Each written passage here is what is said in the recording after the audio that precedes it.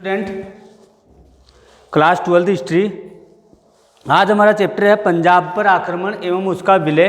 Page number note कर देता हूँ यहाँ पे 94 था पहले वाले वीडियो में, आज है 95। ठीक है। पंजाब सिखों के 10वें गुरु गोविंद सिंह ने व्यक्तिगत गुरु के सिद्धांत को समाप्त करके खालसा पंथ की स्थापना की। ये नोट कर लो पहले। सिखों के 10वें गुरु, सिखों के 10वें गुरु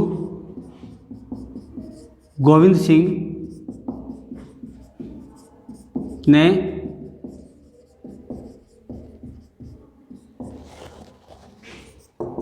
खालसा पंथ की स्थापना की। पहला पॉइंट इंपॉर्टेंट, सिखों के 10वें गुरु थे गुरु गोविंद सिंह और इन्होंने खालसा पंथ की स्थापना की। खालसा पंथ की स्थापना करने वाले कौन थे? सिखों के 10वें गुरु गोविंद सिंह। कालांतर में 10 खालसा की स्थापना हुई, जिसे छोटे छोटे जत्थों में बांट दिया। इन्हें मिसल कहा जाता था। दूसरा मिसल, मिसल किसे कहते हैं? छोटे छोटे जत्थों को, छोटे छोटे जत्थों यानी समूह। इनमें से एक मिसल सुकर चकिया के नेता रणजीत सिंह थे, जिन्होंने पंजाब में सिख राज्य स्थापित किया। अगला पॉइंट लिखो।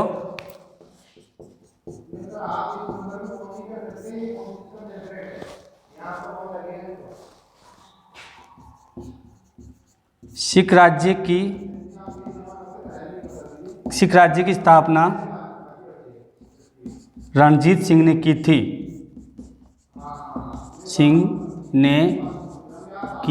थी। नोट कर लो। ठीक है।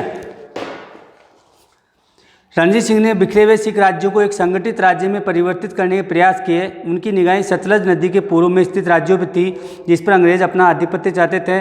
अंग्रेजों ने एक मिशन मैत्री प्रस्ताव के लिए चार्ल्स मेटकॉप के नेतृत्व में रणजीत सिंह के पास भेजा। फरवरी 1809 में ऑक्टरलोनी ने सतलज के पूर्वी प्रदेशों पर अंग्रेजी नियंत्रण की घोषणा कर दी। अप्रैल 1809 में अंग्रेजों और रणजीत सिंह के बीच अमृतसर की संधि हुई। पहले नोट कर लो। इंपॉर्टेंट नोट छोटे छोटे हैं, एक एक नंबर के। सिखों के 10वें गुरु गोविंद सिंह ने खालसा पंथ की स्थापना की, यानी खालसा पंथ की स्थापना किसने करी? गुरु गोविंद सिंह ने। ठीक है। दूसरा है मिसल, छोटे छोटे जो जत्थे होते हैं, यानी पंजाब जो प्रांत था, जैसे पंजाब प्रांत था तो छोटे छोटे मिसल में छोटे छोटे टुकड़ों में बट गया, जहाँ अलग अलग मतलब मानने वाले थे कि कहाँ कौन से पंथ को मानते थे, कहाँ कौन से पंथ को मानते थे। अलग अलग पंथ को मानने वाले हो गए थे। इसमें एक पंथ था जो कि सुकचरिया, एक मिसल था जिसका नाम था सुकर चकिया। मिसल का नाम नोट कर लो, सुकर चकिया। सुकर चकिया, सुकर चकिया मिसल का नेता था रणजीत सिंह, जिन्होंने सिख राज्य की स्थापना की थी। ठीक है। तो हम आगे देखते हैं। इसके आगे अब देखिए अमृतसर की संधि। अमृतसर की संधि हुई थी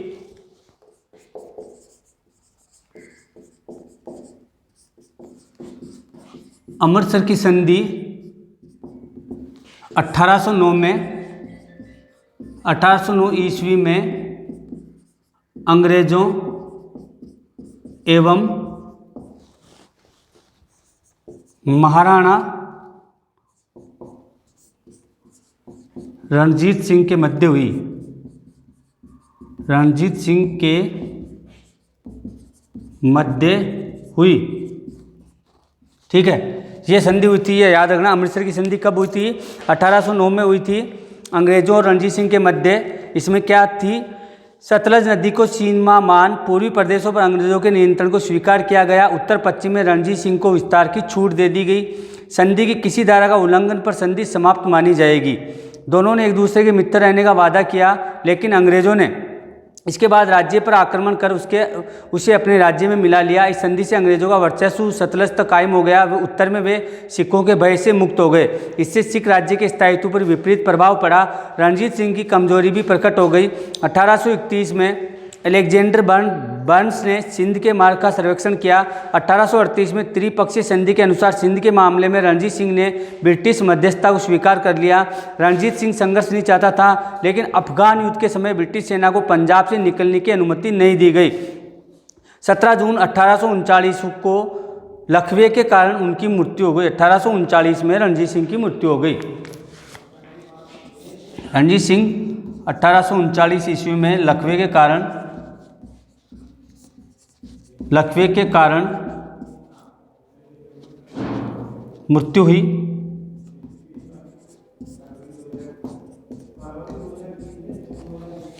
ठीक है, तो वहाँ पे अब सिख राज्य कमज़ोर हुआ। अब प्रथम आंग्ल सिख युद्ध हुआ 1845-46 में। प्रथम आंग्ल सिख युद्ध, ये मिटा देता हूँ। अमृतसर की संधि 1809 ईस्वी में अंग्रेजों एवं रणजीत सिंह के मध्य हुई 1809 में। उसके बाद में 1839 में लकवे के कारण रणजीत सिंह की मृत्यु हो गई। अब प्रथम आंग्ल सिख युद्ध हुआ। प्रथम आंग्ल सिख युद्ध ये हुआ था 1845-46 में। ठीक है, रणजीत सिंह की मृत्यु के बाद सरदारों की महत्वाकांक्षा और स्वार्थ जाग उठे। ऐसे में अंग्रेजी गवर्नर जनरल सिख सेना में असंतोष पैदा करने की योजना बना रहा था। अंग्रेज अपनी साम्राज्यवादी महत्वाकांक्षाओं को पूरी करने के लिए सेना व तोपों की संख्या लगातार बढ़ाए जा रहे थे। पंजाब में गुटबंदी और राजनीतिक अराजकता के माहौल में डोगरा सरदार गुलाब सिंह और सिख सेना व सामंतों के संघर्ष ने स्थिति और अधिक खराब कर दी। उधर खालसा सेना पर रानी जिंदा तथा लाल सिंह का नियंत्रण कम हो रहा था, तो वे उसे अंग्रेजों से लड़ाने का प्रयास करने लगे। अंग्रेज भी युद्ध की तैयारी में लग गए। 1843 में अंग्रेजों ने सिंध पर अधिकार कर लिया, जिससे सिख नाराज हो गए। लेकिन सिंध तक पहुंचने के लिए पंजाब को जीतना अंग्रेजों के लिए आवश्यक हो गया। 13 दिसंबर 1845 में हार्डिंग्स ने युद्ध की घोषणा कर दी। 5 स्थानों पर युद्ध हुआ। सबराओं का युद्ध निर्णायक रहा, जिसमें सिख पराजित हुए। लाहौर अंग्रेजों के नियंत्रण में आ गया। लाहौर की संधि के साथ ये युद्ध समाप्त हो गया। यानी इस प्रकार 1845 में युद्ध की घोषणा कर दी। 1845 में हार्डिंग्स जो था यहाँ का अंग्रेज गवर्नर था उस समय, जिसका नाम यहाँ पर लिख देता हूँ, हार्डिंग्स, इसने युद्ध की घोषणा कर दी। उसके बाद में लाहौर की संधि हुई।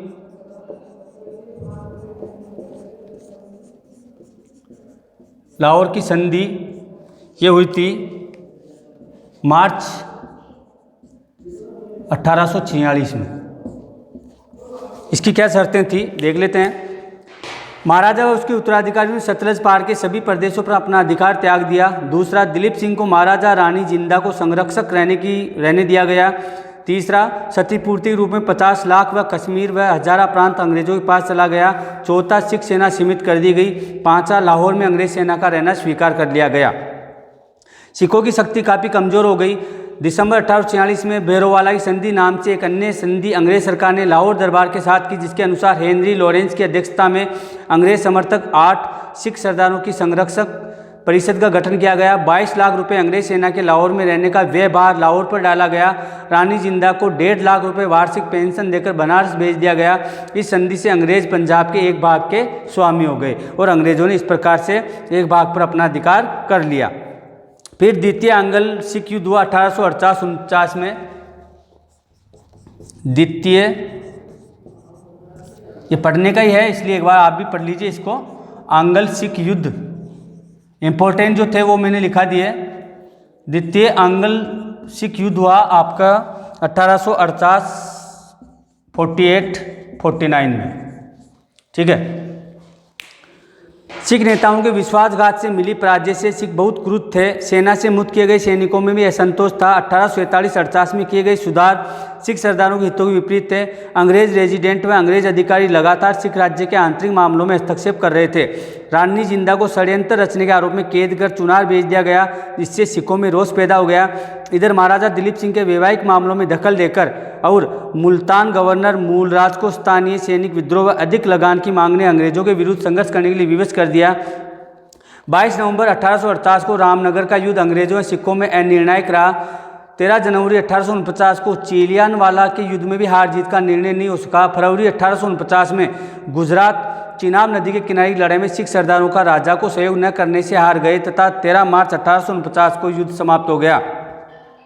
लाल डलहौजी ने 29 मार्च 1849 को एक घोषणा करके अंग्रेजी राज्य को अपने अंदर मिला लिया। घोषणा में कहा गया कि पंजाब के राज्य का अंत हो गया है। महाराजा दिलीप सिंह के सारे प्रदेश भारत में ब्रिटिश साम्राज्य के अंग है। कोहिनूर, हीरा और पंजाब का राज्य दिलीप सिंह और उसका संरक्षक परिषद ने अंग्रेजों को समर्पित कर दिया और इस प्रकार वहाँ पूरी तरह से अंग्रेजी हुकूमत कायम हो गई। और कोहिनूर जो हीरा था वो भी अंग्रेज़ों को दे दिया गया और पंजाब का पूरा राज्य जो है अंग्रेज़ों के समर्पित कर दिया गया। अब युद्ध के परिणाम की हम बात करते हैं तो पंजाब में सिख राज्य का अंत हो गया। महाराजा दिलीप सिंह को पेंशन दे दी गई। नवीन प्रशासनिक व्यवस्थाओं के लिए हेनरी लॉरेंस की अध्यक्षता में 3 सदस्यों के बोर्ड का गठन किया गया। ब्रिटिश भारत की जो सीमाएं अफगानिस्तान तक पहुंच गई। ये था द्वितीय आंग्ल सिख युद्ध। प्रथम आंग्ल सिख युद्ध की बात करते हैं तो प्रथम आंग्ल सिख युद्ध से हमने बात करी। खालसा पंथ की स्थापना गुरु गोविंद सिंह थे। अलग अलग मिसलों में स्थापित हुआ। रणजीत सिंह थे जिन्होंने अंग्रेज़ों से युद्ध नहीं करके पंजाब राज्य को बचाए रखा। उसके बाद में प्रथम आंग्ल सिख युद्ध हुआ 1845-46 में, ठीक है। उसके बाद में रणजीत सिंह की मृत्यु के बाद में अंग्रेज़ों ने वहाँ पर अपने धीरे धीरे दबदबा शुरू कर दिया। फिर लाहौर की संधि हुई जिसमें उनका बहुत कुछ चला गया। उसके बाद में द्वितीय आंग्ल सिख युद्ध एक बार फिर हुआ। महारानी जिंदा थी, उसका नाम था महारानी जिंदा। उसको पहले बनारस भेज दिया गया 1.5 लाख की पेंशन देकर। उसके बाद में उसको वापस उस पर आरोप लगाकर उसको जो है क्या कर लिया गया, उसको गिरफ्तार कर लिया गया महारानी जिंदा को, ठीक है। और उसको चुनार भेज दिया गया जहाँ सिखों में गुस्सा पैदा हुआ। और इधर महाराणा जो नए महाराजा थे रणजीत सिंह के पुत्र दिलीप सिंह, उसको भी जो है पेंशन दे दी गई और उसको भी बाहर भेज दिया गया। इस प्रकार पंजाब पर जो है अंग्रेज़ों ने अपना पूरा अधिकार कर लिया। तो ये युद्ध का परिणाम था। 96 पेज नंबर हमने 95 और 96 पे है। ये प्रथम आंग्ल सिख युद्ध 1845-46। हार्डिंज था जिसने 1845 में युद्ध की घोषणा कर दी। फिर इनके बाद में प्रथम आंग्ल जो युद्ध हुआ था उसमें लाहौर की संधि हुई थी। और द्वितीय आंग्ल सिख युद्ध हुआ था 1848-49 में। उसके अंदर पूरी तरह से इनका पतन हो गया और युद्ध का परिणाम आपके सामने है। पंजाब में सिख राज्य का अंत हो गया। महाराणा दिलीप सिंह जो थे उसको पेंशन दे दी गई और प्रशासनिक व्यवस्था के तहत हेनरी लॉरेंस की अध्यक्षता में 3 सदस्यों की एक कमेटी बना दी गई। हेनरी लॉरेंस की अध्यक्षता में एक कमेटी बन गई। अब पूरा का पूरा प्रशासन जो है हेनरी लॉरेंस की अध्यक्षता में उसकी कमेटी के पास में आ गया और पंजाब से सिख राज्य का हमेशा के लिए पतन हो गया और हमेशा के लिए वहाँ से उनकी जो हुकूमत थी वो पूरी तरह से ख़त्म हो गई, ठीक है। तो ये था पंजाब पर आक्रमण, उसका विलय कैसे हुआ। और 2 हमने युद्ध पढ़े, प्रथम आंग्ल सिख युद्ध, द्वितीय आंग्ल सिख युद्ध और लाहौर की संधि, ठीक है। नेक्स्ट वीडियो अब हम पढ़ेंगे लॉर्ड इम्पोर्टेंट है पेज नंबर 96 पे, लॉर्ड डलहौजी की राज्य हड़प नीति। ये इंपॉर्टेंट है, ये भी आता रहता है, क्वेश्चन आता है। लॉर्ड डलहौजी की राज्य हड़प नीति से आप क्या समझते हैं, या लॉर्ड डलहौजी की राज्य हड़प नीति को विस्तार से समझाइए। तो उसने किस प्रकार राज्य हड़प नीति के माध्यम से उसने इसको विस्तार से हमें समझाना होगा, तो ये भी इम्पोर्टेंट है। तो स्टूडेंट ये हमारा 5वां चैप्टर चल रहा है। अब जैसे ये जो आज वाला वीडियो है ये दिसंबर के हमारे एंड तक ये वीडियो आपके पास आ जाएगा। आज वाला जो वीडियो है दिसंबर के एंड का है, ठीक है। इसका दिसंबर के एंड में भी कब है ये बता देता हूँ आपको। उसके बाद में जनवरी में, तो दिसंबर एंड का ये वीडियो है।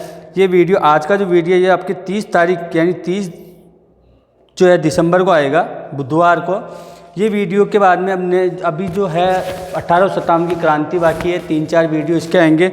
यानी हम ये मान सकते हैं कि 15 जनवरी तक आपका 5वां चैप्टर पूरा हो जाएगा और उसके बाद में 6 चैप्टर और आएगा हमारा। तो हमारे 6 चैप्टर हैं, तो हम मान सकते हैं कि जनवरी आधा और लगभग फरवरी से पहले या मिड फरवरी तक हमारा ये जो है कोर्स पूरा हो जाएगा। उसके बाद में मैं इंपॉर्टेंट जो क्वेश्चंस है, इंपॉर्टेंट चैप्टर है, उसके वीडियो वापस हम रिलीज़ करना स्टार्ट कर दूंगा जो आपके पास आ जाएंगे, ठीक है।